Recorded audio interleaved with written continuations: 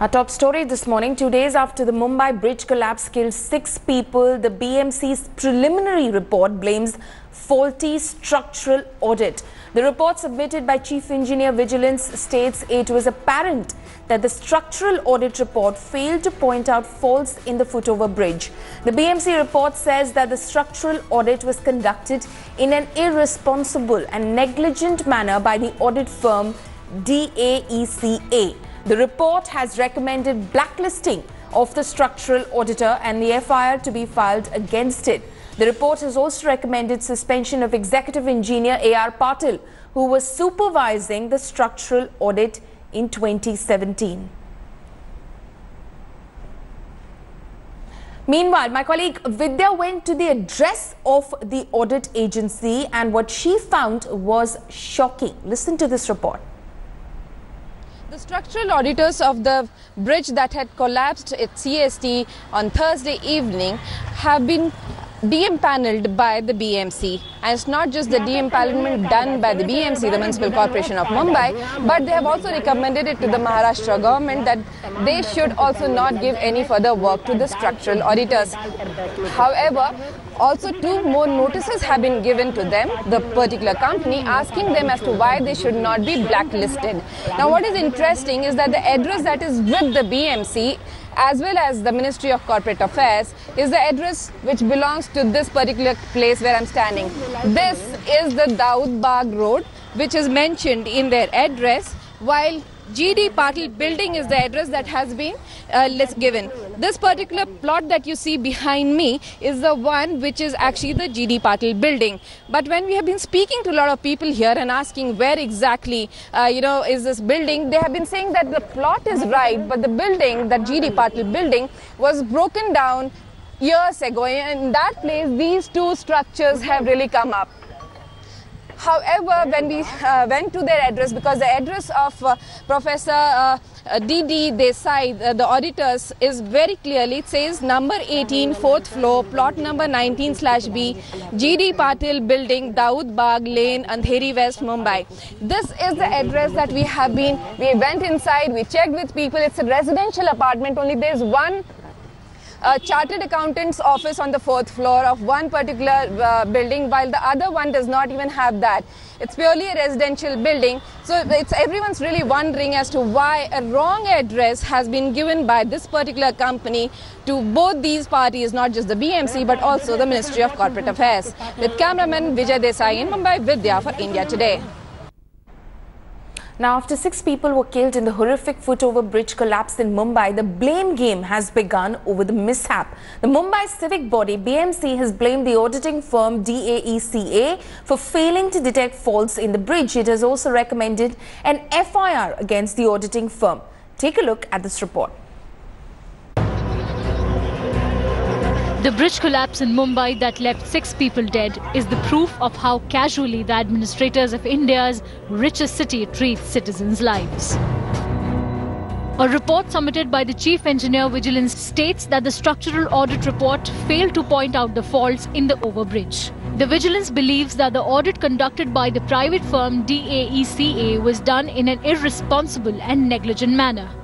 And it is nothing new when it comes to the BMC, the civic body responsible for the upkeep of the bridge.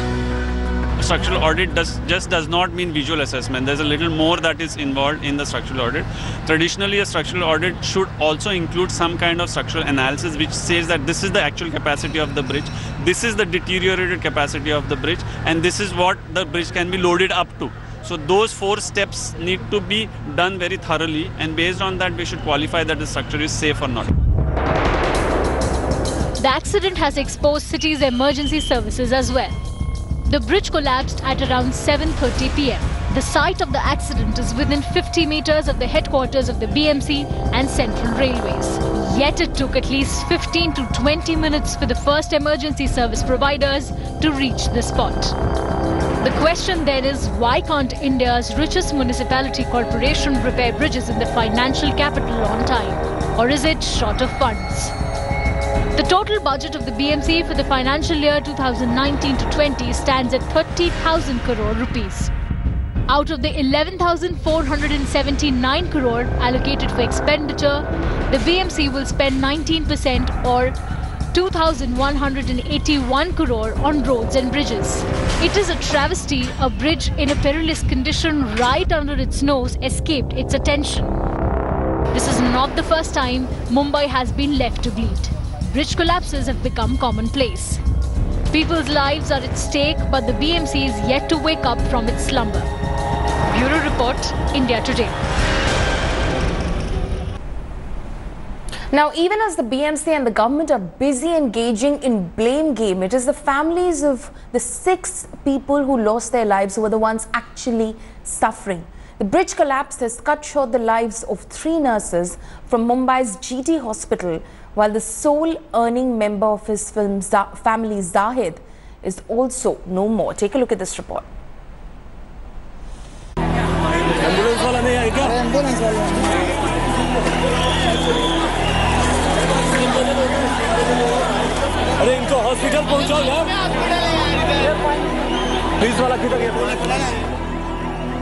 When the overbridge at the Chhatrapati Shivaji terminal collapsed, the Gokul Das Tejpal Hospital was one of the 2 where victims were rushed.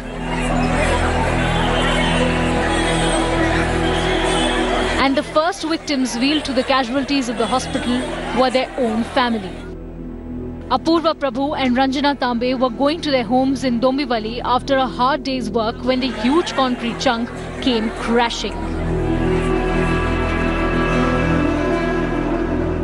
A third victim, Bhakti Shinde, was coming to report for her 8 p.m. shift when the tragedy struck. All there were nurses. अगर ये जो bridge है, हमें ऐसी जानकारी मिली जहाँ से उस ब्रिज से आने वाले हमारे फैमिली मेम्बर्स भी है, तो उनका भी कहना है कि चलते हो वो जो ब्रिज है वो हिलता था थोड़ा। तो ये जो ब्रिज है, जो फुट ओवर ब्रिज था, तो उसको BMC या जो राज्य शासन जो भी जिसके इसमें आता है अंडर में, तो उन्होंने करना चाहिए था। उन्होंने क्यों नहीं किया?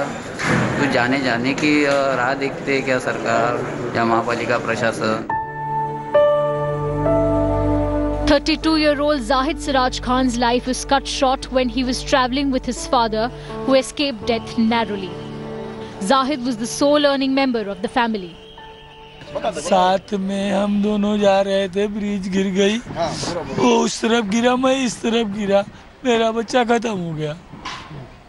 बस कोई दवाखानी नहीं हो पाई। लापरवाही किसको मानेंगे, सरकार को या BMC या रेलवे? सबको, सरकार को भी, रेलवे को भी, सबको मानेंगे। Who should be responsible for the deaths in the overbridge collapse? India Today has accessed an earlier audit report which claims that the bridge is in good condition despite an inspection report of December 2016 flagging up that the portions of the structure needs repairs. The BMC has now demolished the steel structure of the collapsed bridge. The Mumbai police has held the BMC responsible for the collapse and is likely to add names of the officials in the FIR. The BMC Commissioner Joy Mehta, meanwhile, has ordered the Vigilance Department to submit a preliminary report on the incident. Now it remains to be seen if the BMC and its masters will brush this accident too under the carpet. Mumbai has seen 4 bridge collapses and 1 stampede in the last 2 years. And all that the different agencies involved have done is blame the others. Will it be business as usual again, or will heads rule? With Sahil Joshi, Mustafa Sheikh, Kamlesh Tutar, Shivangi Thakur and Vidya, Bureau Report, India Today. Bengaluru residents are up in arms yet again against the proposed elevated corridor. The citizens will stage a protest today similar to the steel flyover bridge protest. Civic groups led by the Citizens for Bengaluru are demanding that the government cancel the tender called for the first phase of the 102-kilometer long elevated corridor project. The Karnataka Road Development Corporation Limited had floated a tender for the first phase, the north-south corridor of 22.12 kilometers on March 4th, without public consultation. Activist Prakash Belawadi accused Chief Minister H.D. Kumaraswamy of being hypocritical as he had earlier objected to the steel flyover but is now endorsing it. KPCC President Dinesh Gundu Rao urged the government to take into consideration the citizens group's suggestions so that the project is better implemented. BJP's S. Prakash alleged the elevated corridor is being planned unscientifically by the government with the motive to make huge amounts of commission. Government of the present regime does not have an iota of idea of how Bangalore is to be developed, how traffic issue has to be addressed. Undoubtedly, this will become a major issue in the coming election, Lok Sabha polls. Moreover, all three of our candidates will register the strongest protest against this project. In the last election, people made a huge issue about the steel bridge. But we still, Congress won more MLAs than last time. BJP comes to power, they'll be the first people to be making this elevated corridor. Some of the worthies that are behind this, the big brains of Bangalore, they have been saying the great crisis in India is, it's not unemployment, but the lack of employability. So you don't have money for health, you don't have money for skills education, you don't have money to deliver clean drinking water to the city, you don't have money to save your groundwater, you don't have money to actually repair your lakes, but you have money for this crazy project. What does it mean, you? Now, while the Congress chief Rahul Gandhi continues to call GST Gabbar Singh tax, GST Council has received the Change Maker of the Year award. And what is more interesting is that former Prime Minister Dr. Manmohan Singh felicitated Council Chairman Arun Jaitley with the award. Now, one can remember that along with the Congress chief, former Prime Minister Dr. Manmohan Singh has also been a vehement critic of the way GST was rolled out by the Modi government. GST. To what Rahul Gandhi had to say about GST in the past. GST, Gabbar Singh tax, 5 अलग-अलग tax बना दिए। छोटे व्यापारियों को अभी तक नहीं समझ आई क्या है ये। एक तरफ से इनकम टैक्स वाले लोग आते हैं, दूसरी तरफ से पुलिस वाले आते हैं, बर्बाद कर दिया सबको। 12 बजे रात को नरेंद्र मोदी कहते हैं भैया गब्बर सिंह आएगा, चलो। गब्बर सिंह टैक्स, मनमोहन सिंह जी बैठे हुए हैं, शरद पवार जी, शरद यादव जी बैठे हुए हैं। सोच थी कि हिंदुस्तान को एक टैक्स दिया जाए, 5 अलग-अलग टैक्स दे दिए, भ्रष्टाचार बढ़ा। और आप किसी भी छोटे दुकानदार के पास जाइए, किसी भी छोटे बिजनेसमैन के पास जाइए, पूछिए उससे गब्बर सिंह टैक्स ने उससे कितने पैसे लिए, वो स्वयं आपको बताएगा। मगर इसके बारे में नरेंद्र मोदी जी कुछ नहीं कहते।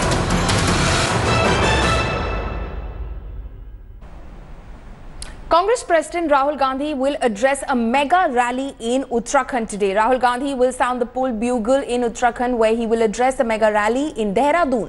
Congress President will also be meeting the families of Major Chitresh Bisht and Major Vibhuti Shankar Dhondiyal, who were martyred in Jammu and Kashmir days after the Pulwama terror attack. Meanwhile, former Uttarakhand Chief Minister BC Khanduri's son Manish Khanduri is also likely to join the Congress at Rahul Gandhi's rally.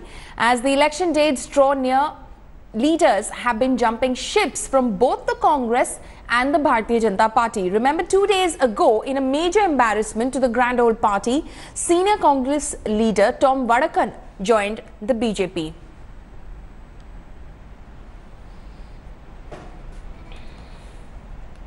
Bahujan Samaj Party Supremo Mayawati is likely to share stage with Samajwadi Party founder Mulayam Singh Yadav and campaign for him in his stronghold Mainpuri as part of the joint rally's strategy, forgetting the bitter rivalry of the past. Sources have said that Mayawati along with Akhilesh Yadav are expected to hold a rally in Mainpuri on the 19th of April to campaign for Mulayam, who is contesting again from his bastion. Remember, Mayawati's PSP and Akhilesh Yadav-led Samajwadi Party have announced an alliance for the 2019 Lok Sabha polls.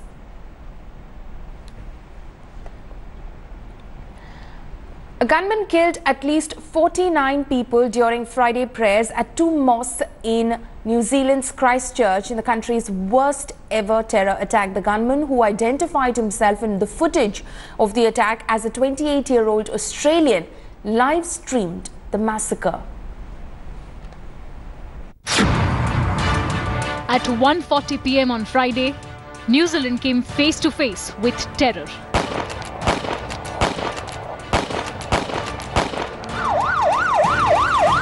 It was the first time a carnage of this magnitude took place in the island nation. A gunman came in a car and parked next to the Al-Noor Mosque in Christchurch. He stepped out and went into the mosque, firing indiscriminately at whoever came in his way, including women and children who had gathered for Friday prayers. After 3 minutes, when the gunman ran out of ammunition, he went and brought another gun from his car. He left the mosque after 6 minutes of firing. His next target was Linwood Mosque, located 3 miles away. The madness lasted 16 minutes. I saw some people had blood on their body and some people were limping. At that moment, I realized that it was really serious. The attacker also live-streamed the video, which was shared widely on social media before it was pulled down. India today has decided not to broadcast the videos. New Zealand Prime Minister Jacinda Ardern lately called it a well-planned terrorist attack, the country's darkest hour. What I can say is that it is clear that this is one of New Zealand's darkest days. Clearly, what has happened here is an extraordinary and unprecedented act of violence. A man in his late 20s has been arrested. In his manifesto posted online, the gunman identified himself as an Australian. 2 other men and a woman were detained and firearms and explosive devices were recovered. I can tell you that there were a number of IEDs attached to vehicles that we also stopped. They've been made safe by the Defence Force, but that does go to the seriousness of this situation. The Bangladesh national cricket team narrowly escaped the shooting. They had just left a nearby mosque. Their test against New Zealand on Saturday has now been cancelled. Mass shootings in New Zealand are exceedingly rare.